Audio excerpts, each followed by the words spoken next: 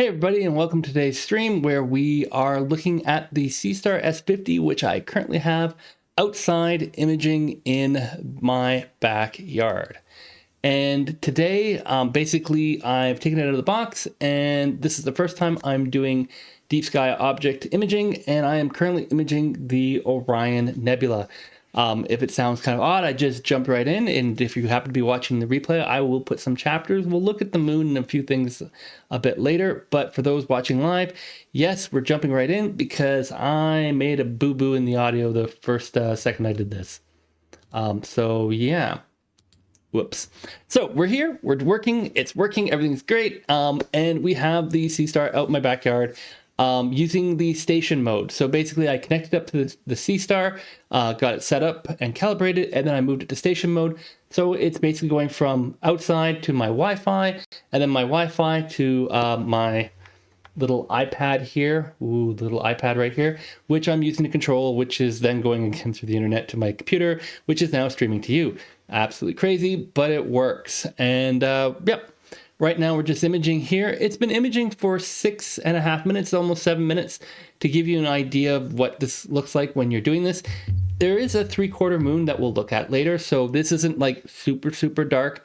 I'll have a full review later once I have some time to get the SeeStar S30 imaging in a moonless night, but SeeStar and ZWO were nice enough to send me this telescope to try out and do these review videos, etc. for you. So, you know, I want to get it out as fast as possible, but I have to wait until new moon before I go and do a full review, because obviously if the moon's out, your signal to noise ratio is not going to be as great. But you can see here after 7 minutes, we're getting some really good results. Now, one of the little features on here is that there are buttons on the side, and I have no idea what these do, but apparently this one here shows you what you're actually imaging, which is actually kind of neat. And this one over here, which is, oh, it's an AI denoise. So this is going to use AI technology and I guess denoising patterns that they have learned from their cameras and stuff like this to hopefully denoise it. And it apparently takes 15 seconds. Let's see what this looks like when it's done. Wow. Okay, that's I'm hoping that comes across pretty well, because that looks pretty good. And you can, oh, I can make it darker. I don't know if I want to do that. Contrast. Ooh, no, don't do that. Yeah, it's like AI is like, here's what you want to do, and then I'm like, here, watch me break it. And then over here, this is saturation. So I would say you don't need to play around with these too much. Yeah, so there you go. And that's with, again, and so this is what it captured, and this is the AI sort of doing its thing here. So there's a couple other features they're coming out with, but overall, I don't know how well this is going to work, but it gets rid of the noise, which is nice. But it also made everything a little bit more redder than I would think, because there's actually some red and some blue and purple in there that normally would be there. But, you know, it's a nice thing and it gives you a nice picture, which you can actually save onto the SeeStar S30 itself. It does have 64 gigabytes of RAM. I say that, or 64 gigs of storage. Yes, according to the website, I am right. That's always good. And it does good imaging. Now, what's this thing here? Oh, it's the same controls, but without the AI on it. Okay. So that's good. And yeah, so it images. It takes a while to image.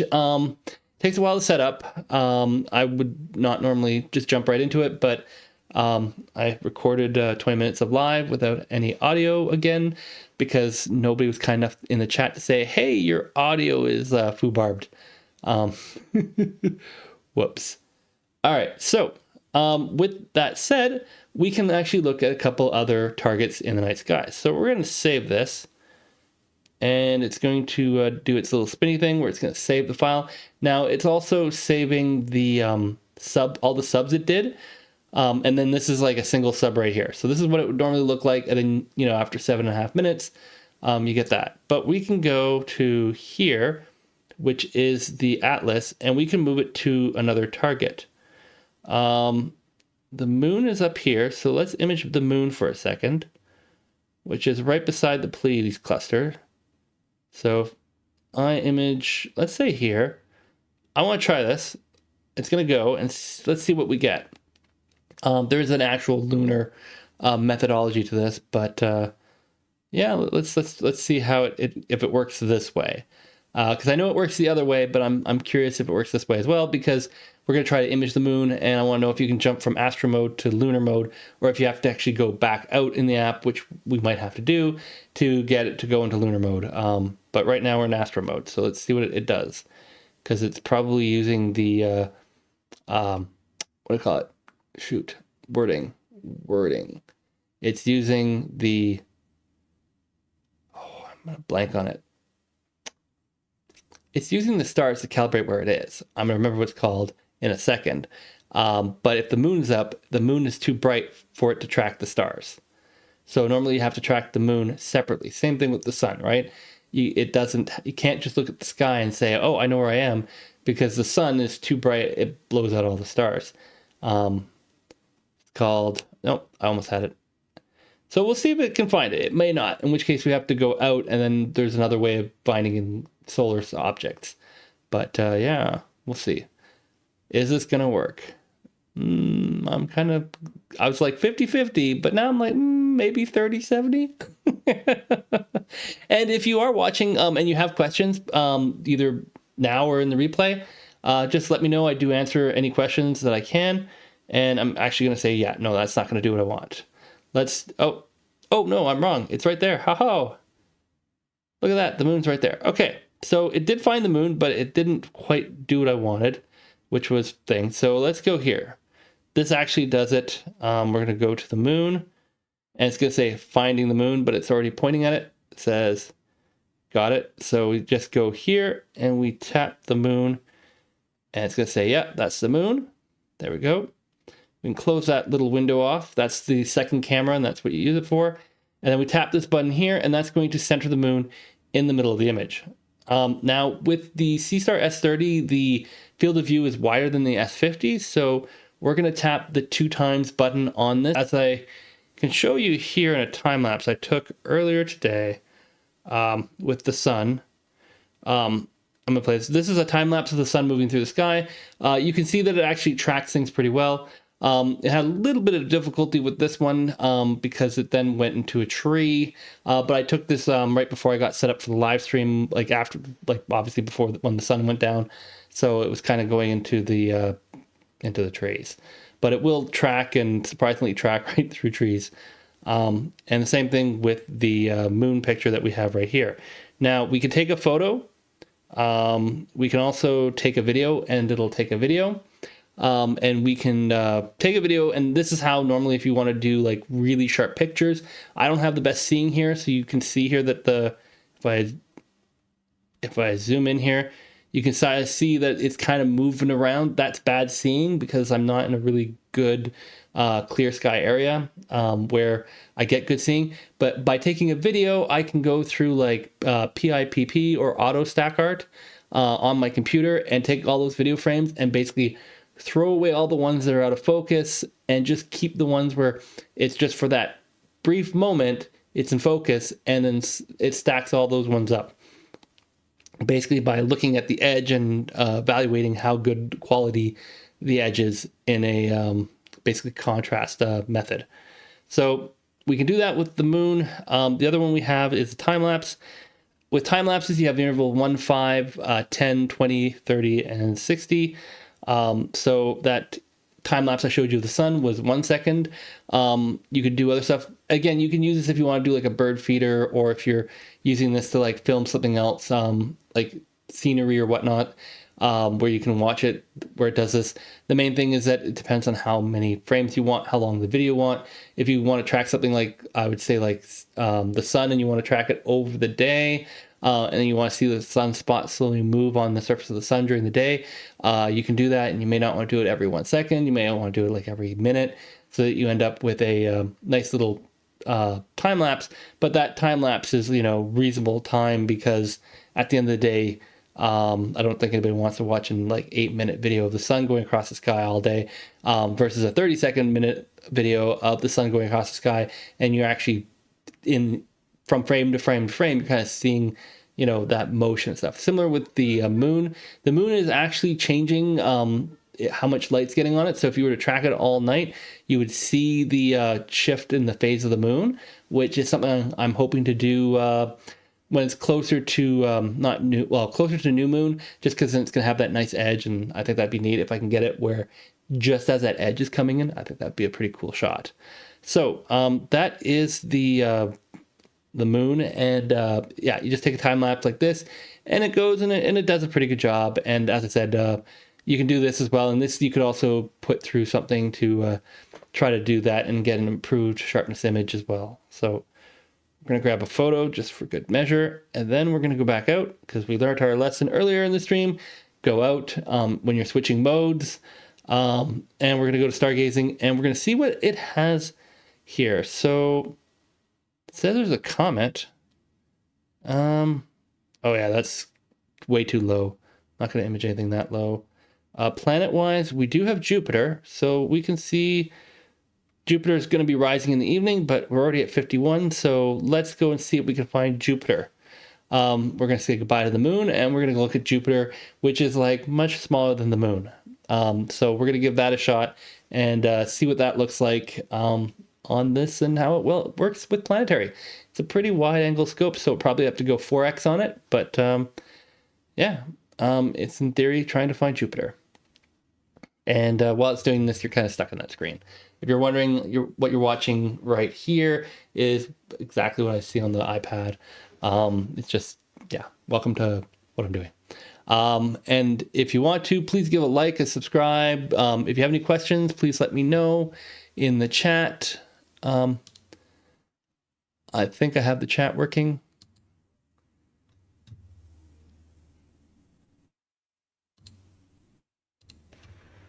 Is chat working? I didn't even think to check if the chat is working. It says it's working. It pops up. There's a chat. So, okay. Yeah. Yeah. So we're just trying to find Jupiter right now. So the scope is doing this completely automatic. This is the SeeStar S30 from ZWO.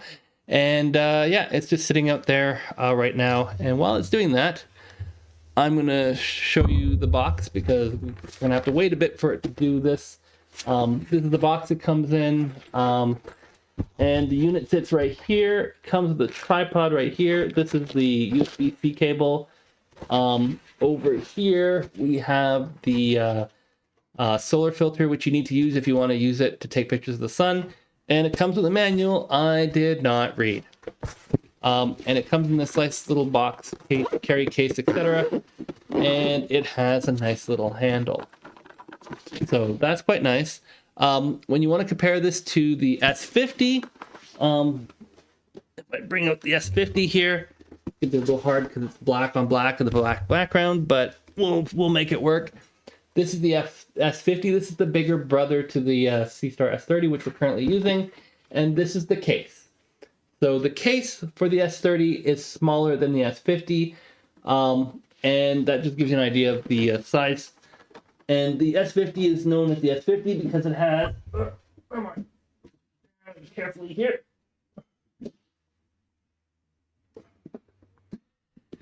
The S50 has a 50 millimeter front optics, whereas the SeeStar S30, that's only 30 millimeters, 30 millimeters, which is like 3 centimeters. So that's the reason why they're called differently. This one's a lot more affordable. This one's designed for like new beginning astronomers, whereas the S50 is more beginning intermediate astronomers that want to try that out before they buy, you know, a big giant telescope, and they spend thousands and thousands of dollars getting into this hobby, which can be absolutely crazy. Now it's still trying to find Jupiter, which, looking at the background image, it found Jupiter. You can see how the moon has disappeared, and it's now that like bright dot right there in the middle. That's Jupiter, and there's a couple moons, but it's still trying to like nail this. Again, part of the reason I do this live is so people can understand that this does take some time for these smart telescopes to operate. It's not just zoop and it's done. It's like it's zoop and it's, you know, to really nail it in and get it to go. So it does take a little bit of time for these things to run, which unfortunately when you're like live streaming, you're like, I have to keep you guys interested while it's doing this. But in, you know, if you have a group of people and you're doing this for outreach or something like this, they can look up and they can see Jupiter in the sky. You can talk about it. You know, you can mention that there's a bunch of planets like Ganymede, or not planets, moons, like Ganymede, Calypso, Io, and I forgot the last one of the 4 major moons. Whoops.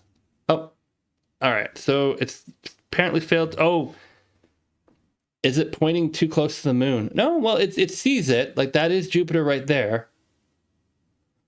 So can we just zoom in on Jupiter? Yeah, so that's Jupiter right there. Can I make it darker?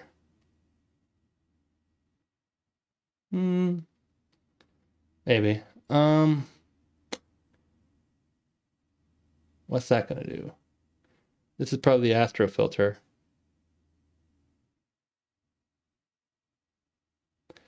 All right, I'm gonna ask it to do it one more time, because now that it's pointing at it, it probably will get it. All right, let's see what it does. If it's gonna work or not. And hopefully this is going to go relatively well. But again, this, with the moon out, it's a little difficult sometimes for this thing to find it because there's so much moonlight out there. It's a 3/4 moon.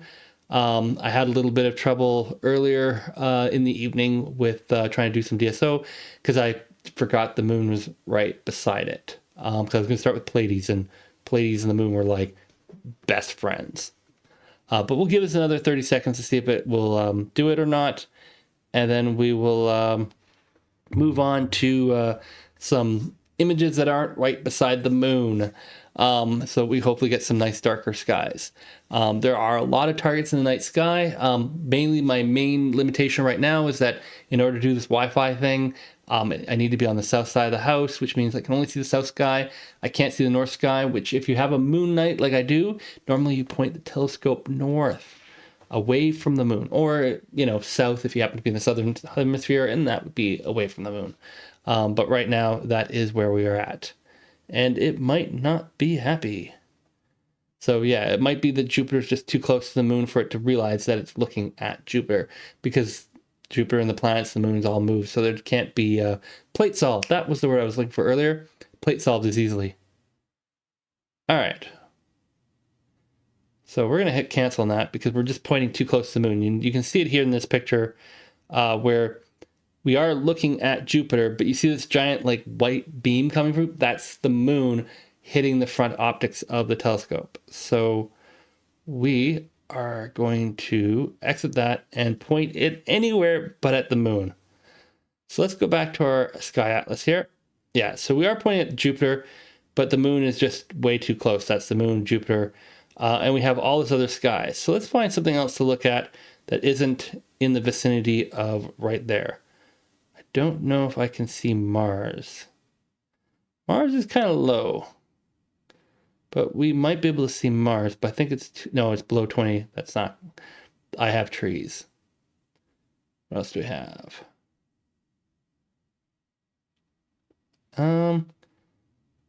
We could try for this here. Let's try this. And since we have it there, or try that one. It's gonna see if we can get the, do it like that. Let's try that. Go to. All right. I don't know if that's far enough away, but we'll give that a go, and we'll try to image this other. I believe it's called the Monkey Head and the Flaming Star Nebula in the I'm gonna pronounce this badly, Arguilla constellation. And you can see here that it's showing you what it's trying to do. The red one is where it's trying to get to, and by plate solving, it's figuring out where it is in the blue and it's correcting.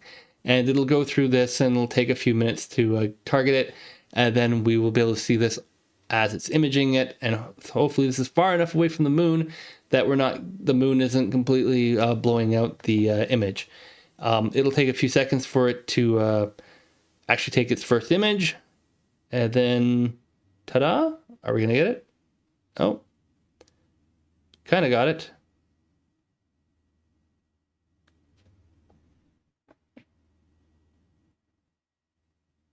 Oh, it's still moving. Okay, we might have to run through a No, it's still doing its stack failed. Yeah, so it's so what we want to do is, if you do run into this problem, it's not the end of the world.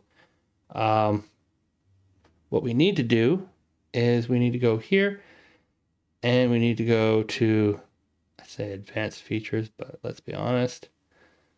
Calibrate.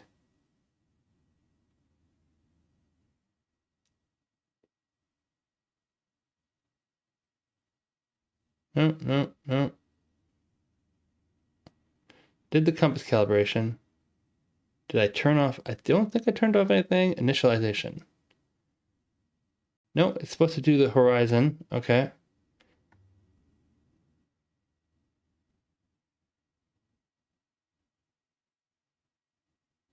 All right, we'll see if we can make this go.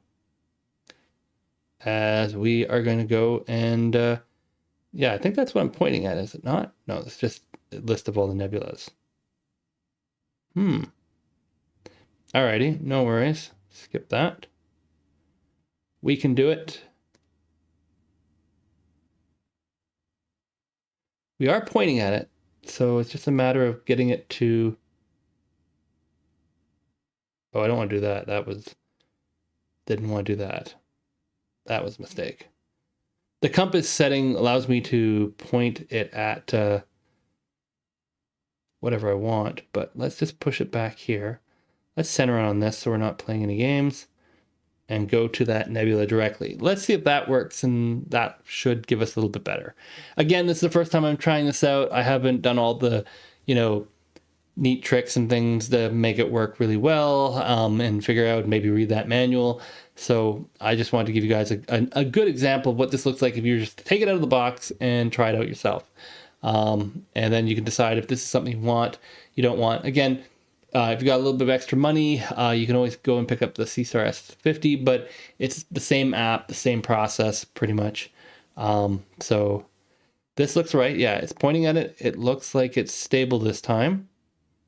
And are we good? I think we're good. Yeah, it seems happy. It's not giving me an angry hippo sound or something like that. And let's see. Yeah, it's happy. So it's going to start imaging. All right, so now we're imaging here. It's going to take a little longer because this is not as bright as the Orion Nebula, which I was showing you at the start of the stream. The Orion Nebula is one of the brightest things in the night sky. And this is not. But you can kind of see it right there in the middle of the center of the screen. And it'll take a little bit of time. But you can also see on the screen, there's a huge gradient across the image. I don't know if I can show you with my... No, it doesn't allow me to capture the cursor. But you can see in the top right how it's darker, and then it goes and gets brighter as you go away. That's the gradient caused by the moon and just the angle of where it is with the Smart Telescope. So the edge of the Smart Telescope is actually casting a shadow on the optics. It's weird. But yeah, so this is what we're trying to do. And we're really trying to image this very dark object, which was probably not the best idea in the world with the sun or the moon being out that much. But we'll give it about 2 minutes here to see how it goes. And while it's doing that, I'll just give you some fun specs. So fun specs that if you're trying to buy this and you don't know anything about astronomy, you probably don't care about, but it has an IMX662 sensor from Sony, which is a telephoto sensor. That's what it's using. It is a 30 millimeter aperture at f5, which is, I would say, middle of the road for fast lenses for astrophotography. A really fast lens for astrophotography tends to top out about 2.8, unless you're hyperstar, in which case it goes to like 1.9. But a lot of telescopes, when you're imaging, they're more like f8 and f10, especially those really big ones that you see a lot of people using. They are a lot slower. It is an apochromatic triplet, which means it's a really nice quality optical train. And it uses Bluetooth, it uses 5G and 2.5G Wi-Fi, and you can plug it in with USB-C to charge it, copy files over, and you can also plug in a battery pack and have it run even longer off the battery. The battery internally is 6,000 milliamp hours, and It has 64 gigabytes of internal eMMC memory to store all this lovely data and stuff on the SeeStar. You can also transfer it to your smartphone, tablet, iDevice, whatever you're doing. It works on Android and iOS.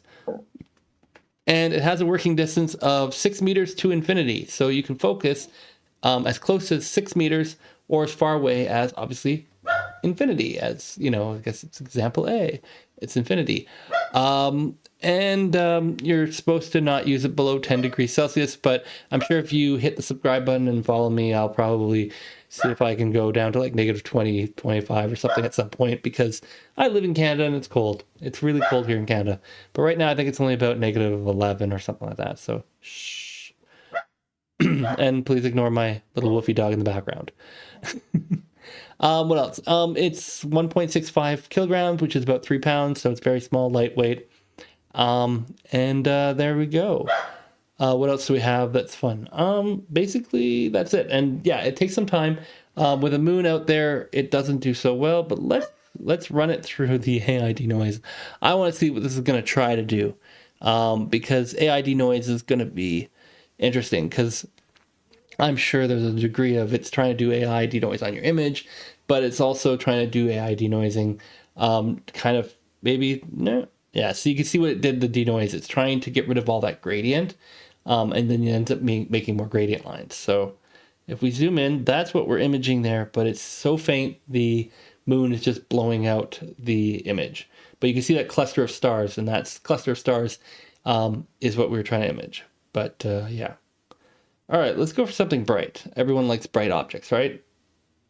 All right. Let's see what we got here. What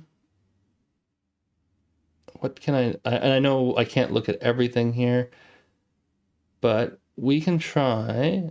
I'm going lower into sky, which is not good. Lupus, I'd have trouble imaging. Ryan, I did this earlier in the stream, which I can show you, but let's try this one. This is probably too close to the moon, but everyone likes, this is a popular target, right? So we'll try this, and while it's doing this, I'll show you Orion that we got earlier, because I can show it to you because it's on the SeeStar S30. So we're just gonna be doing that. Yeah, if you're watching, please let me know in the chat, because I'm half thinking my chat's broken, because I messed some stuff up earlier. Yes. The fun of live streaming when things don't work. It's like that one time I streamed for a whole hour before I realized I didn't hit the go live button. All right, so we're gonna do that. It's gonna take a couple seconds to get it. Yeah, so you can see you can start seeing the. Oh, actually, you can see quite a bit in this first image. You can just see the redness in the Flame Nebula and in the Horsehead Nebula. It's going to take a minute or two to get that even better. But as it's going. Okay, so while it's doing that, this is what I took earlier of the Orion Nebula earlier tonight. You can see the Running Mad Nebula right here, and you can see the SeeStar right there over here. Now, if you want to, you can hit this and say it's a favorite, or you can go like this and you can export it. You can export it to moments. Well, I'm not sure what that is. There is a community page, so you can share it with the community, or you can hit export, and it should come up and say save as an image. And now it's saved onto your device, which is great if you want to save it on the device. Now, if you're watching this and let's say you're not the person controlling your guest, and you're like, oh, I would like this image.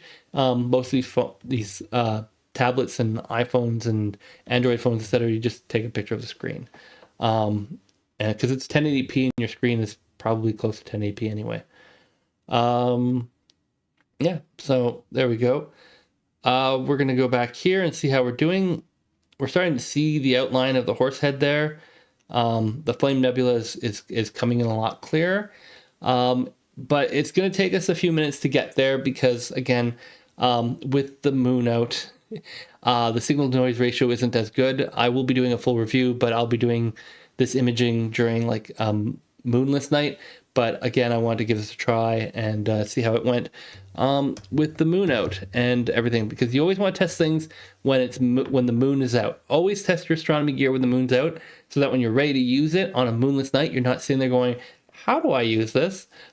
Because then you lose a whole night when something doesn't work. This is also particularly true if you're going out. You want to make sure things are charged. You want to make sure like you bring a tripod with you. You want to check if you have a spot you're going to take it to. The tripod that comes with this is really nice. I'm going to probably grab that box again, if I remember where it is. Oh, here it is. Okay, like this little tripod here, it's really nice, but it's not an adjustable tripod. Okay, so right now I have it where it's sitting on flat ground, and I've had it on it's on flat ground like the patio stone, and I know it's flat because I've been doing all these like smart telescope reviews, and that's been this ground is flat area, so this is where I put it. But if you're traveling or something like this, or you're going to a remote location, this is not adjustable, so you might have to set something underneath one of the feet to make sure it's flat, or alternatively, you can get a different tripod to use it like that. Example being, I got this thing. Okay, it's giant, but this is the Dwarf 3. It doesn't come with a tripod. In the base package, it now has an option where you can get a tripod with it, but I just use my my photo tripod, and it's got a ball head and stuff, so I can rotate it and ensure that the thing is flat. But that's how I use the other smart telescope. If it doesn't come with a tripod, it's just you do that. It's not the end of the world if it is not perfectly flat, but because it'll still work, but it won't work as well if you are like on a really nice flat horizon. So we're coming up to 3 minutes, and we can see here that the Flame Nebula and the Horsehead Nebula are now really coming out. We're getting some pretty decent hydrogen alpha. The little circle here in the top right corner indicates that the filter is enabled. There is a astro filter in the S30, SeeStar S30, apologies. And that allows it to do this, which is good because we're cutting away a lot of that moonlight. But it does mean that we're getting primarily hydrogen alpha, which is the red channel in our image, which is not bad for this because this is mostly red anyway. And it'll just keep going, and we can just kind of sit here, relax, talk about the weather, talk about neat things that are happening. Like right now, they're talking about one of the satellites in orbit has reached the end of its lifespan, so they're going to be using the last little bit of fuel to do some tests to see how bright it will be if they rotate it, angle it, and then I think they're going to deorbit it because they're trying to be more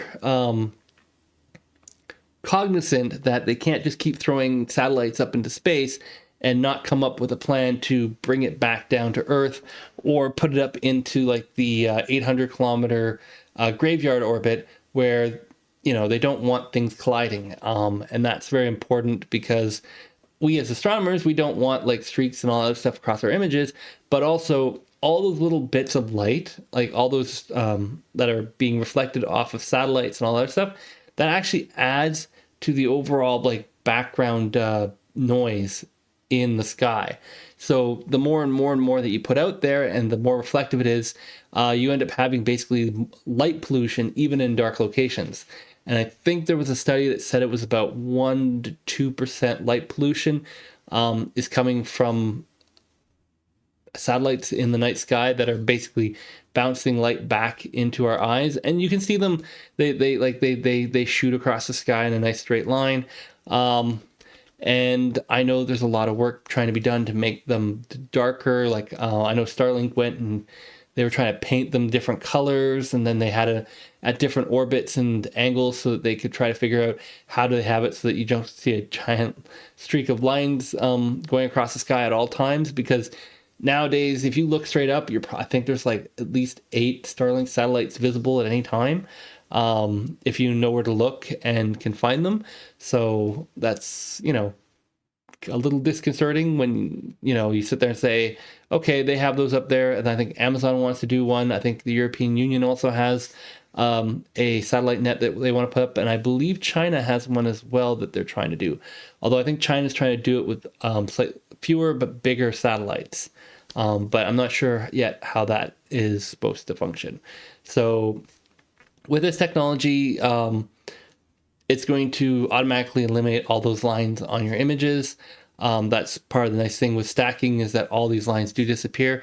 As we continue to go here, we're just over 5.5, well, no, we're at 5.5 minutes, and we can start to see that we're getting some really good definition in the image. Obviously, more time is better, but if we look here, we see the Horsehead Nebula, we can see the Flame Nebula, and I'm just interested to see what happens when we now denoise the image, now that we actually have like 5 minutes. And 5 minutes is, you know, with this moon up, is not bad. If the moon wasn't there, it's going to be a lot better. And again, if you follow me, I'll have a review video, or I'll be doing another live when it's like a nice moonlit night.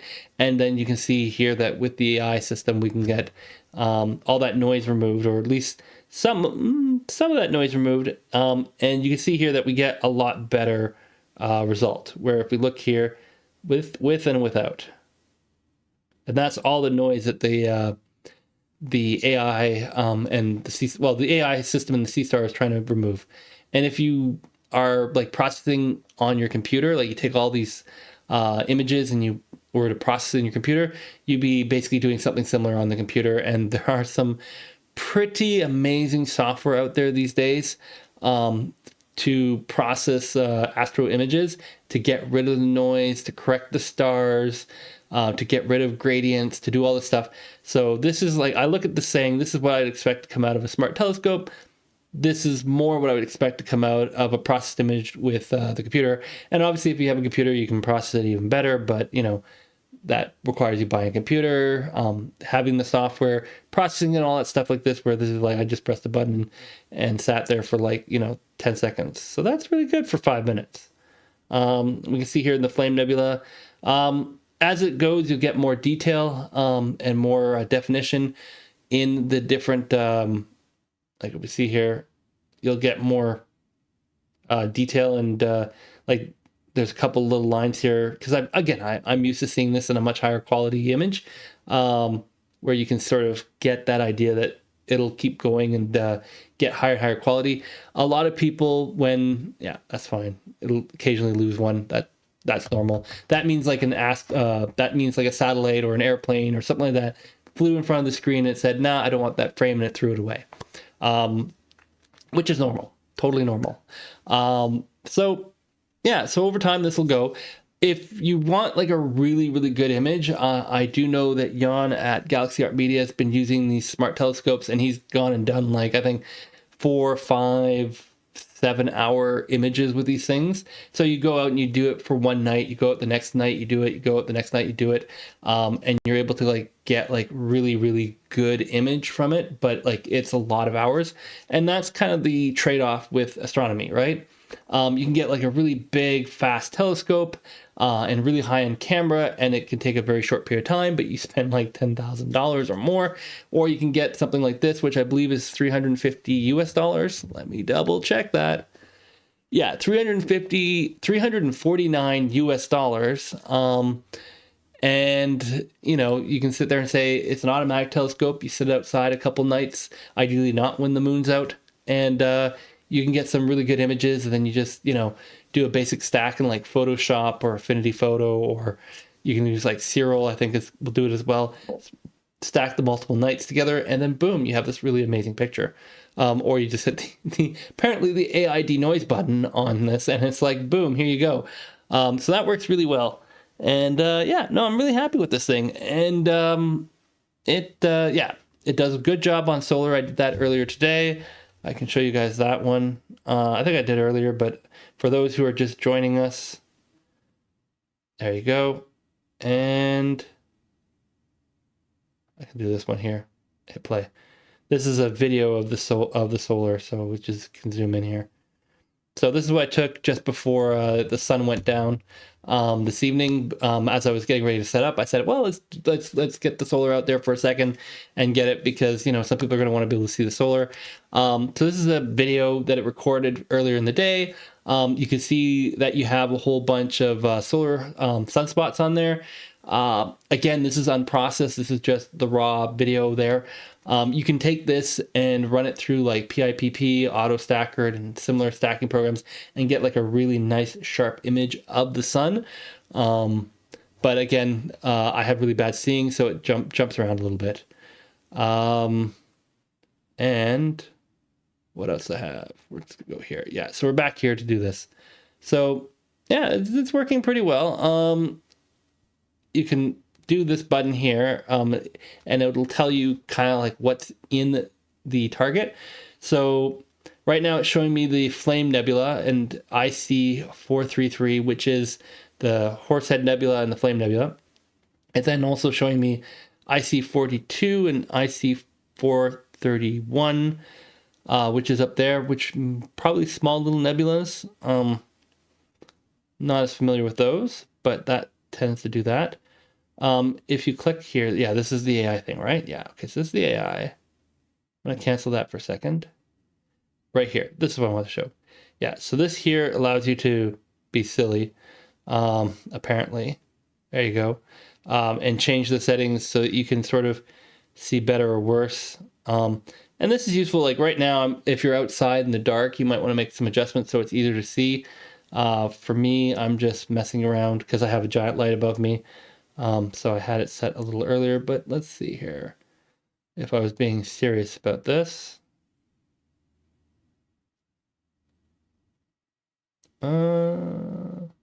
How good can I make? Oh, that's a little bit too much. All right, let's go here. There we go, there we go. And we'll just nick up the red a little bit. And that looks pretty good. If you're watching this, maybe screen capture it and be like, oh, look what I saw last night. And then again, I can hit AI and see what it's going to do. It's going to make it better. Is it going to take my settings and make it better? I don't know. I think it makes its own default settings because it's AI, artificial intelligence, in a smart telescope. Well, technically, I think it's in the app, but you know. No, I think it did the same thing. Yeah, it went back to 0. So I could do that. Let's see here.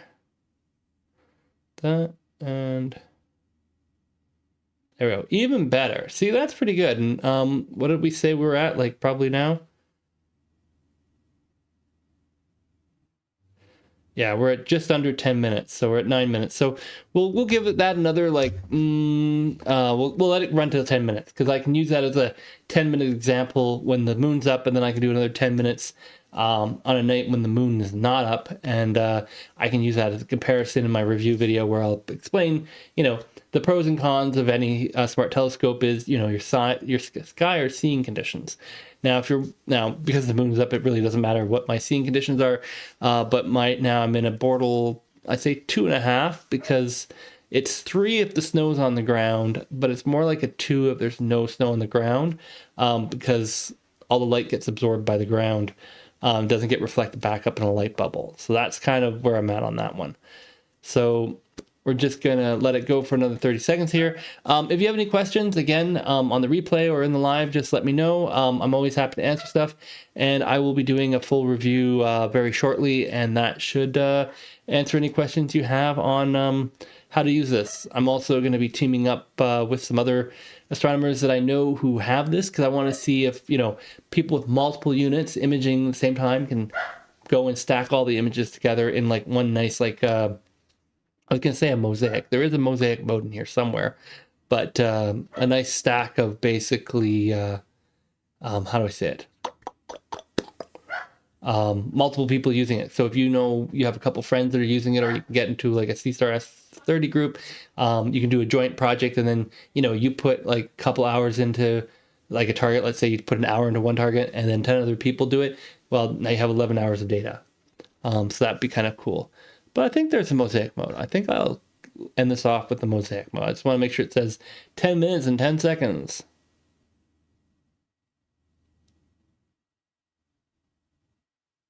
All right, let's do this. We're going to hit this AI thing so I can get this AI processing done, and I'm going to save that image.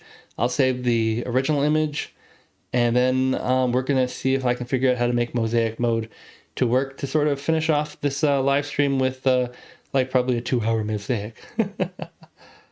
All right, there we go. Composition done. I'm going to hit this. I'm going to go export, and I'm going to save the image. I'm going to go here.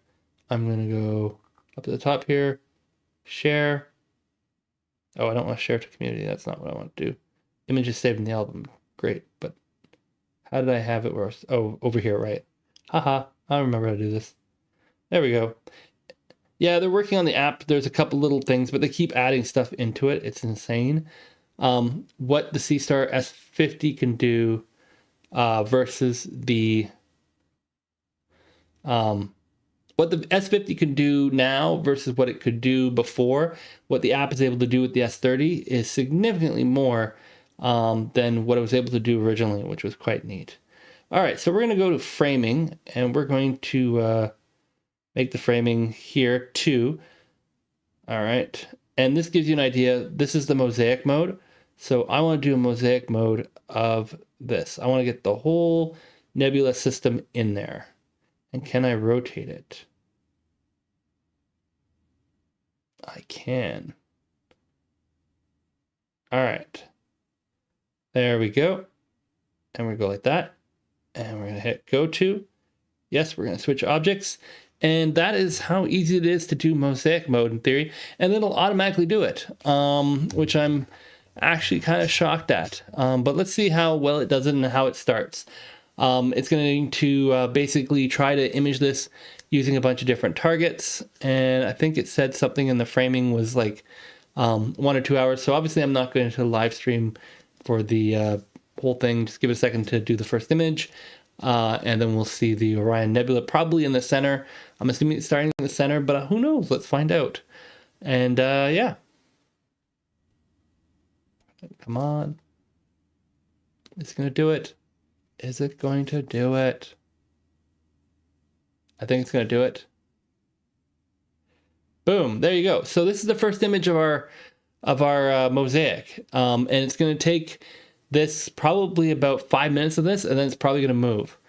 So I'm going to leave this going, and I am going to use that as a live stream later. So yeah, again, please like, subscribe, let me know what you think about it. And if you are interested in learning more, I got links in the description, which can tell you all the fun technical stuff that you could ever want about the SeeStar S30. Thanks for watching.